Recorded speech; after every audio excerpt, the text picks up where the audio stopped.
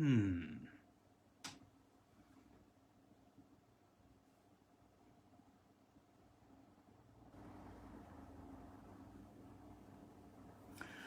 right. Hey, it's Douglas Gwilym, our weirding hour. Have a treat for you tonight in the form of The Mortal, Immortal by Mary Wollstonecraft Shelley. July 16, 1833. This is a memorable anniversary for me. On it I complete my 323rd year. The Wandering Jew, certainly not. More than 18 centuries have passed over his head. In comparison with him, I am a very young immortal. Am I, then, immortal? This is a question which I have asked myself by day and night for now 303 years, and yet cannot answer it. I detected a gray hair amidst my brown locks this very day. That surely signifies decay. Yet it may have remained concealed there for 300 years, for some persons have become entirely white-headed before 20 years of age. I will tell my story, and my reader shall judge for me. I will tell my story, and so contrive to pass some few hours of a long eternity, becomes so wearisome to me. Forever? Can it be? To live forever? I have heard of enchantments in which the victims were plunged into a deep sleep to wake after 100 years, as fresh as ever. I have heard of the 7 sleepers. Thus to be immortal would not be so burdensome. But oh, the weight of never-ending time, the tedious passage of the still succeeding hours. How happy was the fabled Nourjahad! But to my task. All the world has heard of Cornelius Agrippa. His memory is as immortal as his arts have made me. All the world has also heard of his scholar, who, unawares, raised the foul fiend during his master's absence, and was destroyed by him. The report, true or false, of this accident was attended with many inconveniences to the renowned philosopher. All his scholars at once deserted him. His servants disappeared. He had no one near him to put coals on his ever-burning fires while he slept, or to attend to the changeful colors of his medicines while he studied. Experiment after experiment failed, because one pair of hands was insufficient to complete them. The dark spirits laughed at him for not being able to retain a single mortal in his service. I was then very young, very poor, and very much in love. I had been for about a year the pupil of Cornelius, though I was absent when this accident took place. On my return, my friends implored me not to return to the alchemist's abode. I trembled as I listened to the dire tale they told. I required no second warning, and when Cornelius came and offered me a purse of gold if I would remain under his roof, I felt as if Satan himself tempted me. My teeth chattered, my hair stood on end. I ran off as fast as my trembling knees would permit. My failing steps were directed whither for 2 years they had every evening been attracted, a gently bubbling spring of pure living water, beside which lingered a dark-haired girl whose beaming eyes were fixed on the path I was accustomed each night to tread. I cannot remember the hour when I did not love Bertha. We had been neighbors and playmates from infancy. Her parents, like mine, were of humble life, yet respectable. Our attachment had been a source of pleasure to them. In an evil hour, a malignant fever carried off both her father and mother, and Bertha became an orphan. She would have found a home beneath my paternal roof, but unfortunately the old lady of the near castle, rich, childless, and solitary, declared her intention to adopt her. Henceforth, Bertha was clad in silk, inhabited a marble palace, and was looked on as being highly favored by fortune. But in her new situation among her new associates, Bertha remained true to the friend of her humbler days. She often visited the cottage of my father, and when forbidden to go thither, she would stray towards the neighboring wood and meet me beside its shady fountain. She often declared that she owed no duty to her new protectress equal in sanctity to that which bound us. Yet still I was too poor to marry, and she grew weary of being tormented on my account. She had a haughty but an impatient spirit, and grew angry at the obstacles that prevented our union. We met now after an absence, and she had been sorely beset while I was away. She complained bitterly and almost reproached me for being poor. I replied hastily, "I am honest if I am poor. Were I not, I might soon become rich." This exclamation produced 1,000 questions.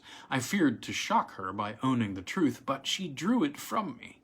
And then, casting a look of disdain on me, she said, "You pretend to love, and you fear to face the devil for my sake." I protested that I had only dreaded to offend her, while she dwelt on the magnitude of the reward that I should receive. Thus encouraged, shamed by her, led on by love and hope, laughing at my late fears, with quick steps and a light heart I returned to accept the offers of the alchemist, and was instantly installed in my office. A year passed away. I became possessed of no insignificant sum of money. Custom had banished my fears.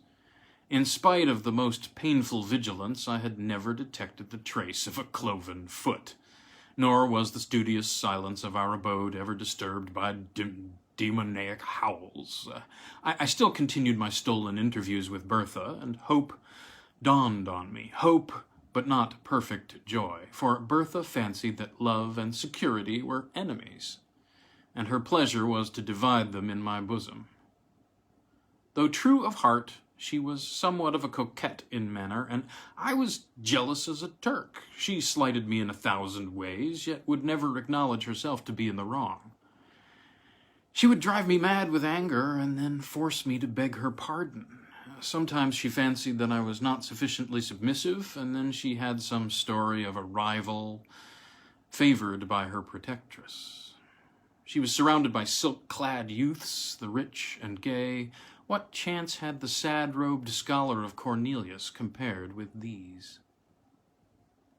On one occasion, the philosopher made such large demands upon my time that I was unable to meet her as I was wont. He was engaged in some mighty work, and I was forced to remain day and night, feeding his furnaces and watching his chemical preparations. Bertha waited for me in vain at the fountain. Her haughty spirit fired at this neglect, and when at last I stole out during the few short minutes allotted to me for slumber, and hoped to be consoled by her, she received me with disdain, dismissed me in scorn, and vowed that any man should possess her hand rather than he who could not be in 2 places at once for her sake.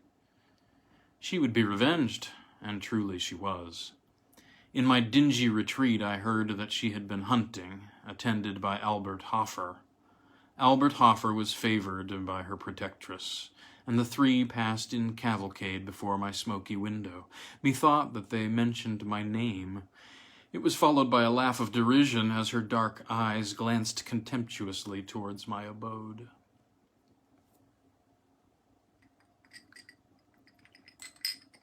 Jealously, with all its venom and all its misery, jealousy entered my breast.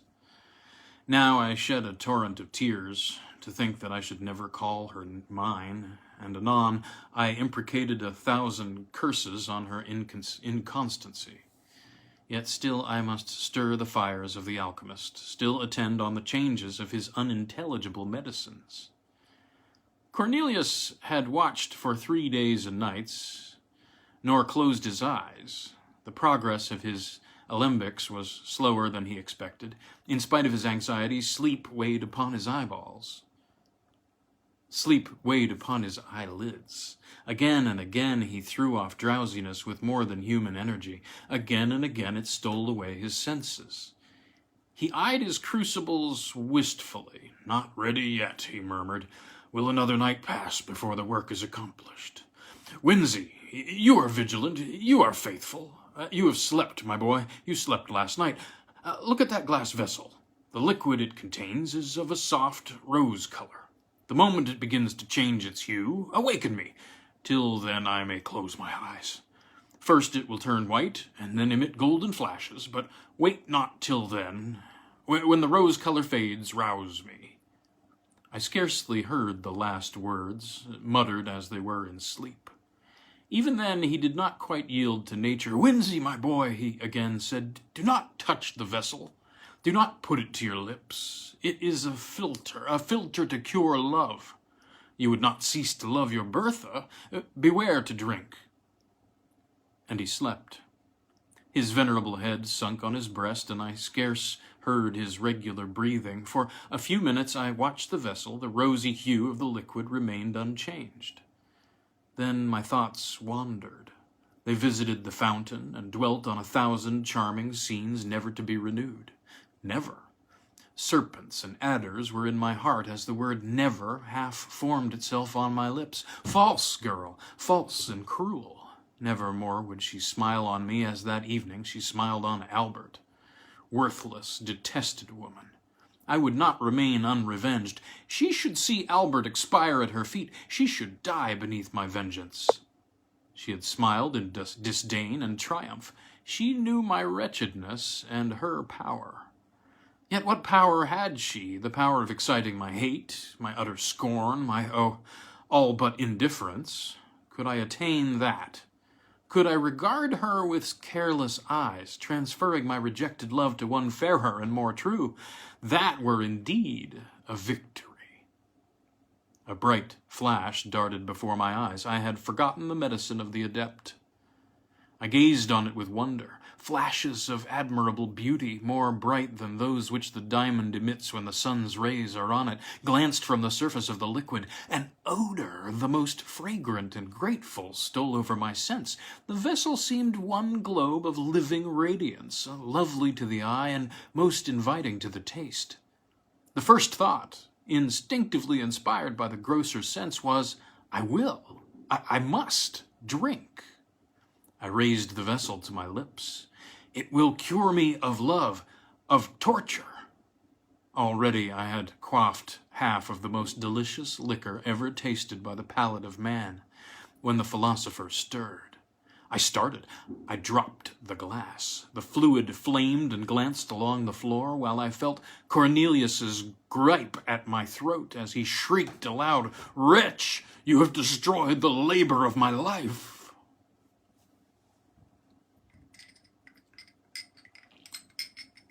The philosopher was totally unaware that I had drunk any portion of his drug. His idea was, and I gave a tacit assent to it, that I had raised the vessel from curiosity, and that, frighted at its brightness and the flashes of intense light it gave forth, I had let it fall. I never undeceived him. The fire of the medicine was quenched, the fragrance died away. He grew calm, as a philosopher should under the heaviest trials, and dismissed me to rest. I will not attempt to describe the sleep of glory and bliss which bathed my soul in paradise during the remaining hours of that memorable night. Words would be faint and shallow types of my enjoyment, or of the gladness that possessed my bosom when I woke. I trod air. My thoughts were in heaven. Earth appeared heaven, and my inheritance upon it was to be one trance of delight. This is to be cured of love, I thought. I will see Bertha this day, and she will find her lover cold and regardless, too happy to be disdainful, yet how utterly indifferent to her. The hours danced away. The philosopher, secure that he had once succeeded, and believing that he might again, began to concoct the same medicine once more. He was shut up with his books and drugs, and I had a holiday. I dressed myself with care. I looked in an old but polished shield, which served me for a mirror. Methought my good looks had wonderfully improved. I hurried beyond the precincts of the town, joy in my soul, the beauty of heaven and earth around me. I turned my steps towards the castle. I could look on its lofty turrets with lightness of heart, for I was cured of love. My Bertha saw me afar off as I came up the avenue. I know not what sudden impulse animated her bosom, but at the sight she sprung with a light, fawn-like bound down the marble steps and was hastening towards me. But I had been perceived by another person. The old high-born hag who called herself her protectress and was her tyrant had seen me also.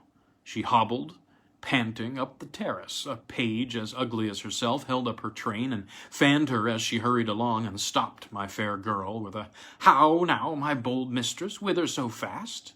Back to your cage, hawks are abroad." Bertha clasped her hands. Her eyes were still bent on my approaching figure. I saw the contrast. How I abhorred the old crone who checked the kind impulses of my Bertha's softening heart. Hitherto, respect for her rank had caused me to avoid the lady of the castle.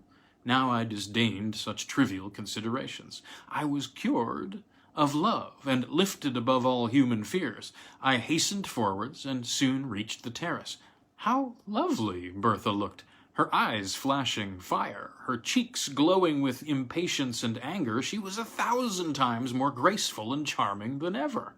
I no longer loved, oh no, I adored, worshipped, idolized her.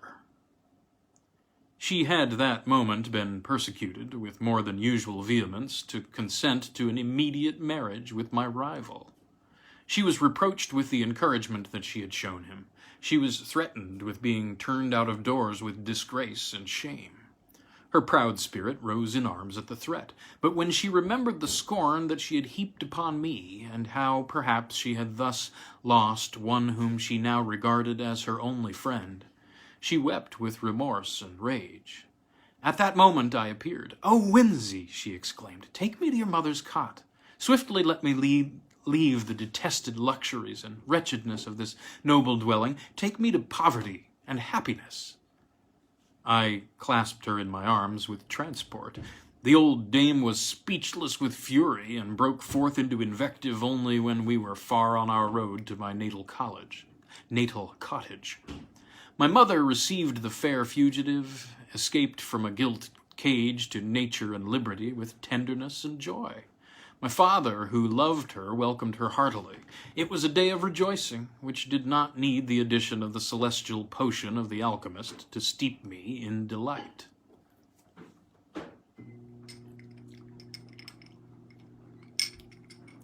Soon after this eventful day, I became the husband of Bertha. I ceased to be the scholar of Cornelius, but I continued his friend. I always felt grateful to him for having unawares procured me that delicious draught of a divine elixir which, instead of curing me of love, sad cure, solitary and joyless remedy for evils which seem blessings to the memory, had inspired me with courage and resolution, thus winning for me an inestimable treasure in my Bertha. I often called to mind that period of trance-like inebriation with wonder. The drink of Cornelius had not fulfilled the task for which he affirmed that it had been prepared, but its effects were more potent and blissful than words can express.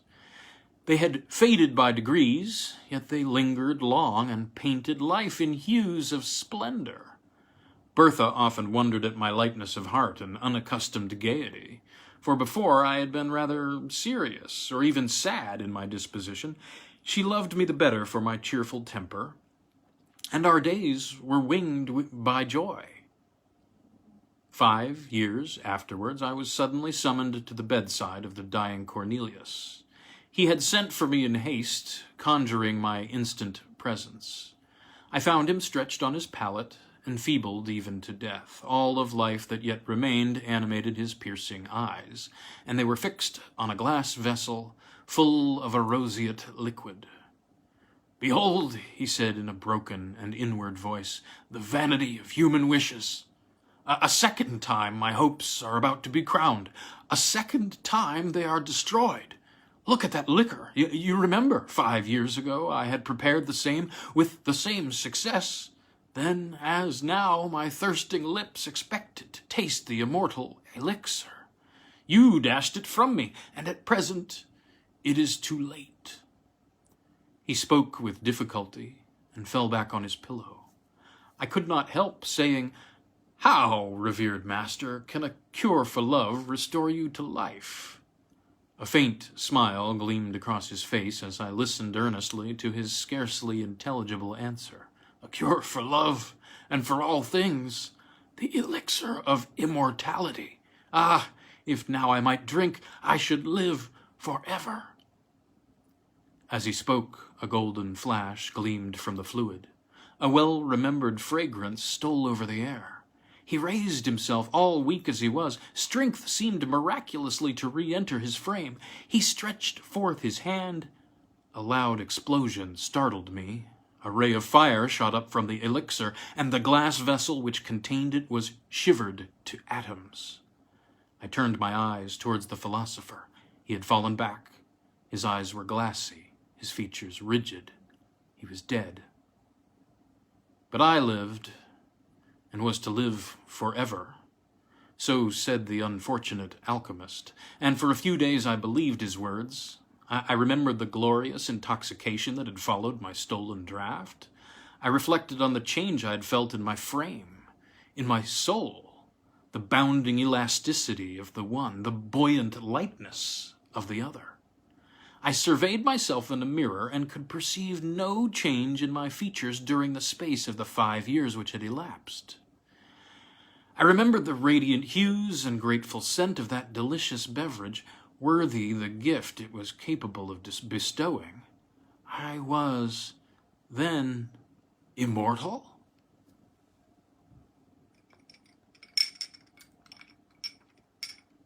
A few days after I laughed at my credulity, the old proverb that a prophet is least regarded in his own country was true with respect to me and my defunct master. I loved him as a man, I respected him as a sage, but I derided the notion that he could command the powers of darkness, and laughed at the superstitious fears with which he was regarded by the vulgar. He was a wise philosopher, but had no acquaintance with any spirits but those clad in flesh and blood. His science was simply human, and human science, I soon persuaded myself, could never conquer nature's laws so far as to imprison the soul forever within its carnal habitation. Cornelius had brewed a soul-refreshing drink, more inebriating than wine, sweeter and more fragrant than any fruit. It possessed, probably, strong medicinal powers, imparting gladness to the heart and vigor to the limbs. But its effects would wear out. Already were they diminished in my frame. I was a lucky fellow to have quaffed health and joyous spirits, and perhaps long life, at my master's hands. But my good fortune ended there. Longevity was far different from immortality. I continued to entertain the belief for many years. Sometimes a thought stole across me. Was the alchemist indeed deceived? But my habitual credence was that I should meet the fate of all the children of Adam at my appointed time, a little late, but still at a natural age. Yet it was certain that I retained a wonderfully youthful look. I was laughed at for my vanity in consulting the mirror so often, but I consulted it in vain. My brow was untrenched. My cheeks, my eyes, my whole person continued as untarnished as in my 20th year. I was troubled. I looked at the faded beauty of Bertha. I seemed more like her son. By degrees, our neighbors began to make similar observations, and I found at last that I went by the name of the scholar bewitched. Bertha herself grew uneasy. She became jealous and peevish, and at length she began to question me. We had no children. We were all in all to each other. And though, as she grew older, her vivacious spirit became a little allied to ill temper, and her beauty sadly diminished, I cherished her in my heart as the mistress I had idolized, the wife I had sought and won with such perfect love.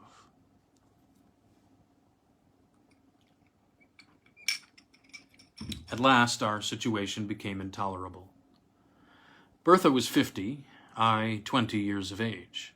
I had, in very shame, in some measure adopted the habits of a more advanced age. I no longer mingled in the dance among the young and gay, but my heart bounded along with them while I restrained my feet. And a sorry figure I cut among the nesters of our village. But before the time I mention, things were altered. We were universally shunned. We were, at least I was, reported to have kept up an iniquitous acquaintance with some of my former master's supposed friends. Poor Bertha was pitied but deserted. I was regarded with horror and detestation. What was to be done? We sat by our winter fire. Poverty had made itself felt, for none would buy the produce of my farm. Often I had been forced to journey 20 miles to some place where I was not known to dispose of our property. It is true we had saved something for an evil day. That day was come. We sat by our lone fireside, the old-hearted youth and his antiquated wife. Again Bertha insisted on knowing the truth. She recapitulated all she had ever heard said about me and added her own observations. She conjured me to cast off the spell. She described how much more comely gray hairs were than my chestnut locks. She descanted on the reverence and respect due to age, how preferable to the slight regard paid to mere children. Could I imagine that the despicable gifts of youth and good looks outweighed disgrace, hatred, and scorn? Nay, in the end, I should be burnt as a dealer in the black art, while she, to whom I had not deigned to communicate any portion of my good fortune, might be stoned as my accomplice. At length she insinuated that I must share my secret with her, and bestow on her like benefits to those I myself enjoyed, or she would denounce me, and then she burst into tears. Thus beset, methought it was the best way to tell the truth. I revealed it as tenderly as I could, and spoke only of a very long life, not of immortality, which representation indeed coincided best with my own ideas. When I ended, I rose and said, "And now, my Bertha, will you denounce the lover of your youth? You will not, I know, but it is too hard, my poor wife, that you should suffer from my ill luck and the accursed arts of Cornelius. I will leave you. You have wealth enough, and friends will return in my absence. I will go, young as I seem and strong as I am. I can work and gain my bread among strangers, unsuspected and unknown. I loved you in youth, God in my witness that I would not desert you in age, but that your safety and happiness require it." I took my cap and moved towards the door. In a moment Bertha's arms were round my neck, and her lips were pressed to mine. "No, my husband, my Whimsy," she said, "you shall not go alone. Take me with you. We will remove from this place, and, as you say, among strangers we shall be unsuspected and safe. I am not so very old as quite to shame you, my Whimsy, and I dare say the charm will soon wear off, and with the blessing of God you will become more elderly-looking, as is fitting. You shall not leave me." I returned the good soul's embrace heartily. I will not, my Bertha, but for your sake I had not thought of such a thing. I will be your true, faithful husband while you are spared to me, and do my duty by you to the last." The next day we prepared secretly for our emigration. We were obliged to make great pecuniary sacrifices. It could not be helped. We realized a sum sufficient at least to maintain us while Bertha lived, and without saying adieu to anyone, quitted our native country to take refuge in a remote part of western France. It was a cruel thing to transport poor Bertha from her native village and the friends of her youth to a new country, new language, new customs. The strange secret of my destiny rendered this removal immaterial to me, but I compassionated her deeply, and was glad to perceive that she found compensation for her misfortunes in a variety of little ridiculous circumstances. Away from all telltale chroniclers, she sought to decrease the apparent disparity of our ages by 1,000 feminine arts, rouge, youthful dress, and assumed juvenility of manner. I could not be angry. Did not I myself wear a mask? Why quarrel with her because it was less successful? I grieved deeply when I remembered that this was my Bertha whom I had loved so fondly and won with such transport, the dark-eyed, dark-haired girl, with smiles of enchanting archness and a step like a fawn, this mincing, simpering, jealous old woman. I should have revered her gray locks and withered cheeks, but thus it was my work, I knew, but I did not the less deplore this type of human weakness. Her jealousy never slept. Her chief occupation was to discover that in spite of outward appearances, I was myself growing old. I verily believe that the poor soul loved me truly in her heart, but never had woman so tormenting a mode of displaying fondness. She would discern wrinkles in my face and decrepitude in my walk, while I bounded along in youthful vigor, the youngest looking of 20 youths. I never dared address another woman. On one occasion, fancying that the belle of the village regarded me with favoring eyes, she brought me a gray wig. Her constant discourse among her acquaintances was that though I looked so young, there was ruin at work within my frame, and she affirmed that the worst symptom about me was my apparent health. My youth was a disease, she said, and I ought at all times to prepare, if not for a sudden and awful death, at least to awake some morning, white-headed and bowed down with all the marks of advanced age. I let her talk. I often joined in her conjectures. Her warnings chimed in with my never-ceasing speculations concerning my state, and I took an earnest, though painful, interest in listening to all that her quick wit and excited imagination could say on the subject. Why dwell on these minute circumstances? We lived on for many long years. Bertha became bedrid and paralytic. I nursed her as a mother might a child. She grew peevish and still harped upon one string of how long I should survive her. It has ever been a source of consolation to me that I performed my duty scrupulously towards her. She had been mine in youth, she was mine in age, and at last, when I heaped the sod over her corpse, I wept to feel that I had lost all that really bound me to humanity. Since then, how many have been my cares and woes, how few and empty my enjoyments. I pause here in my history. I will pursue it no further. A sailor without rudder or compass, tossed on a stormy sea, a traveler lost on a widespread heath, without landmark or stone to guide him, such have I been. A nearing ship, a gleam from some far cot may save them, but I have no beacon except the hope of death. Death, mysterious, ill-visaged friend of weak humanity, why alone of all mortals have you cast me from your sheltering fold? Oh, for the peace of the grave, the deep silence of the iron-bound tomb! That thought would cease to work in my brain, and my heart beat no more with emotions varied only by new forms of sadness.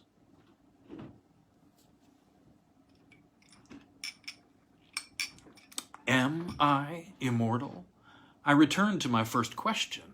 In the first place, is it not more probable that the beverage of the alchemist was fraught rather with longevity than eternal life? Such is my hope. And then be it remembered that I only drank half of the potion prepared by him. Was not the whole necessary to complete the charm? To have drained half the elixir of immortality is but to be half immortal. My forever is thus truncated and null. But again, who shall number the years of the half of eternity? I often try to imagine by what rule the infinite may be divided. Sometimes I fancy age advancing upon me. One gray hair I have found. Fool! Do I lament? Yes, the fear of age and death often creeps coldly into my heart. And the more I live, the more I dread death, even while I abhor life. Such an enigma is man, born to perish, when he wars, as I do, against the established laws of his nature. But for this anomaly of feeling, surely I might die. The medicine of the alchemist would not be proof against fire, sword, and the strangling waters. I have gazed upon the blue depths of many a placid lake and the tumultuous rushing of many a mighty river, and have said, peace inhabits those waters. Yet I have turned my steps away to live yet another day. I have asked myself whether suicide would be a crime in one to whom thus only the portals of the other world could be opened. I have done all, except presenting myself as a soldier or duelist, an object of destruction to not my fellow mortals, and therefore I have shrunk away. They are not my fellows. The inextinguishable power of life in my frame and their ephemeral existence places us wide as the poles asunder. I could not raise a hand against the meanest or the most powerful among them. Thus I have lived on for many a year, alone and weary of myself, desirous of death yet never dying, a mortal immortal. Neither ambition nor avarice can enter my mind, and the ardent love that gnaws at my heart, never to be returned, never to find an equal on which to expend itself, lives there only to torment me. This very day I conceived a design by which I may end all without self-slaughter, without making another man a Cain, an expedition which mortal frame can never survive, even endued with the youth and strength that inhabits mine. Thus I shall put my immortality to the test, and rest forever, or return, the wonder and benefactor of the human species. Before I go, a miserable vanity has caused me to pen these pages. I would not die and leave no name behind. 3 centuries have passed since I quaffed the fatal beverage. Another year shall not elapse before, encountering gigantic dangers, warring with the powers of frost in their home, beset by famine, toil, and tempest, I yield this body, too tenacious a cage for a soul which thirsts for freedom, to the destructive elements of air and water. Or, if I survive, my name shall be recorded as one of the most famous among the sons of men, and my task achieved, I shall adopt more resolute means, and by scattering and annihilating the atoms that compose my frame, set at liberty the life imprisoned within, and so cruelly prevented from soaring from this dim earth to a sphere more congenial to its immortal essence.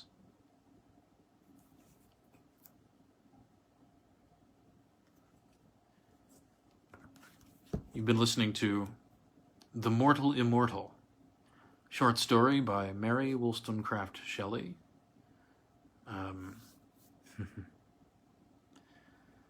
Mother of many things. Science fiction. Weird fiction. Be well, folks. Have a fine Tuesday.